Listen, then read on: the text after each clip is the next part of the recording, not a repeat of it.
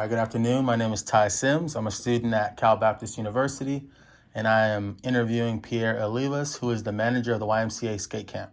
All right, Pierre. So, what is your own philosophy of management, and what is your management style? When it comes to the philosophy of managing, I like to establish a family type of environment with my coworkers. That way, they are trusting me with their feedback, and also I am trusting them with the constructive criticism that I'll be giving them that will enable them to become better workers. Thus, if we are a complete honest company, actually working environment, then we can become more productive. Okay. So, what was the most challenging personnel issue you've had to deal with, and how did you handle that issue?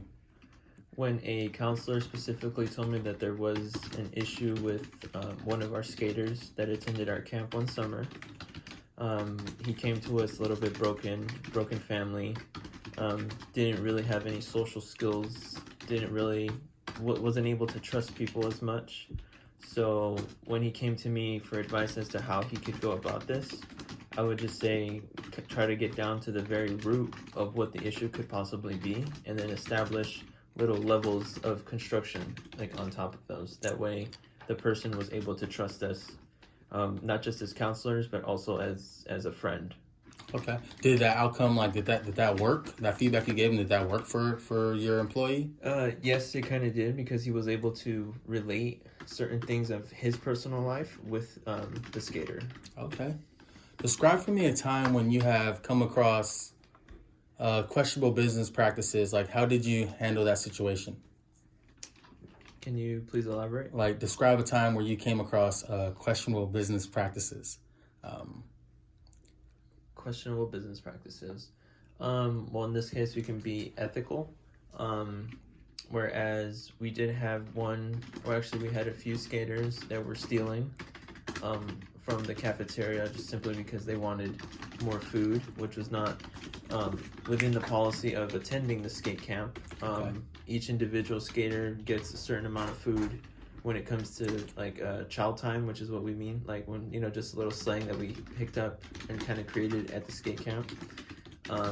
Some of them weren't really, how do you say, they weren't eager to follow the rules, so we actually had to build those constructive walls for them so that they were able to follow the rules with us, and then thus actually help them out, and actually thus helping out other skaters too, to set the rules for them also as well.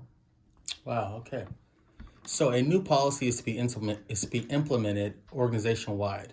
You do not agree with this new policy. How do you discuss this policy with your staff? I would first get their feedback after explaining the new policy with them. If any of my staff had any innovative ways to tweak it, that way we can bring it to corp and see if we were able to tweak it a little bit more. Because if it is too restrictive, at first people will become very distant on it. They won't follow it, or they just simply will just follow it and not really put the effort into it. So this gave us a chance to be a little bit more hands-on with the policy. That way we can show corp we all talked about it, that we have different ways that we can go about it, and then let them see if they were able to actually follow and see if we were able to implement that. Okay. Explain step by step how you've handled an employee who had performance problems, like who had problems performing well. We did have a counselor that would become too buddy with the skaters.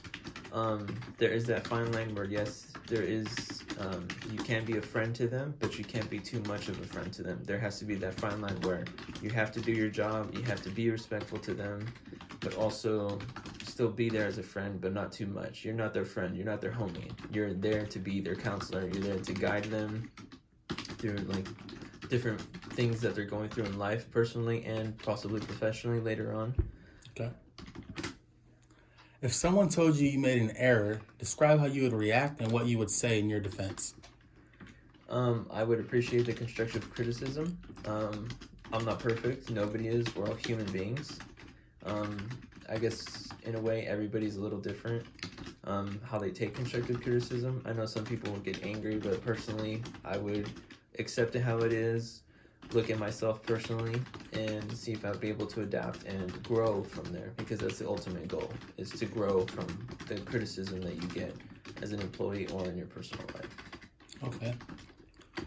What do you do when you know you're right and your boss disagrees with you? Like, give me an example of when this has happened to you in your career. Like, when you knew you were right, but your boss, like, just plain out disagreed with you. Like, what do you do? At this point, I did have a recent encounter like that with my boss, where I had taken it upon myself to actually go above and beyond without doing the proper steps, because I thought it was logical to take those steps. At that point, my boss thought it was not proper of me to not follow the steps.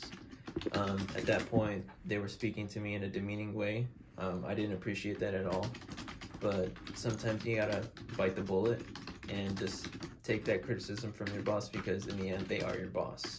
They could either fire you or, simply let you go. But sometimes you gotta swallow your pride. Okay. I have one more question for you. Suppose your supervisor asks you to get information for them that you know is confidential, and he or she should not have access to. So, like, what would you do? Elaborate, or can you please? So, like, let's say your boss came up to you, like, hey, Pierre, we need you to get this information, but you knew that information was confidential and they weren't supposed to have it. What do you do? I wouldn't do it. You wouldn't do it? No. Why wouldn't you do it? It's not in my pay grade to do that. Got it. I wouldn't want to lose my job over something that's not required of me to do in my job. Because if there is, then I should be getting a more extensive description of my job. If that was something that I would be continuously doing, then I would ask them to see if we can have a meeting for a raise. Because if it's not within my limits to do that, then I should have certain permissions to be able to do that. Okay. Well, I appreciate you taking the time to meet with me and letting me give you an interview. I hope you have a great rest of the day. Thank you, Sims. Have a good one.